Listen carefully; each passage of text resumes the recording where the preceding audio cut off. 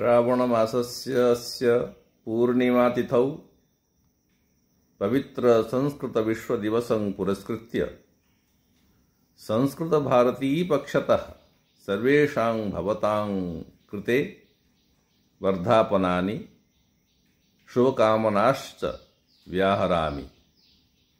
संस्कृतं न केवलं प्राचीना वैज्ञानिकी च भाषा अपितु संस्कृतं माता इव निरपेक्षतया सर्वाः भाषाः निरन्तरं पोषयति, पिता इव अनिष्टेभ्यः व्यवहारेभ्यः अस्मान् रक्षति, गुरुः इव सततम् अभ्युदयाय निःश्रेयससिद्धये च अस्मान् प्रचोदयति।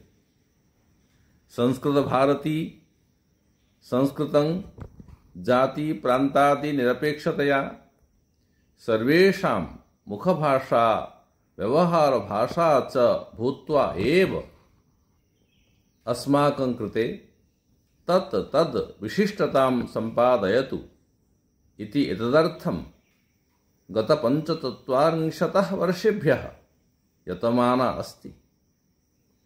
अद्य अस्मिन् विश्व संस्कृत दिवसावसरे संस्कृतं सर्वत्र संस्कृतं सर्वेषाम् इति संस्कृतभारत्याः लक्ष्यं पूरयितुं वयं सर्वे मिलित्वा संकल्पबद्धाः भूत्वा अग्रेसराः भवेम। जयतु संस्कृतं विश्वपोषकम्।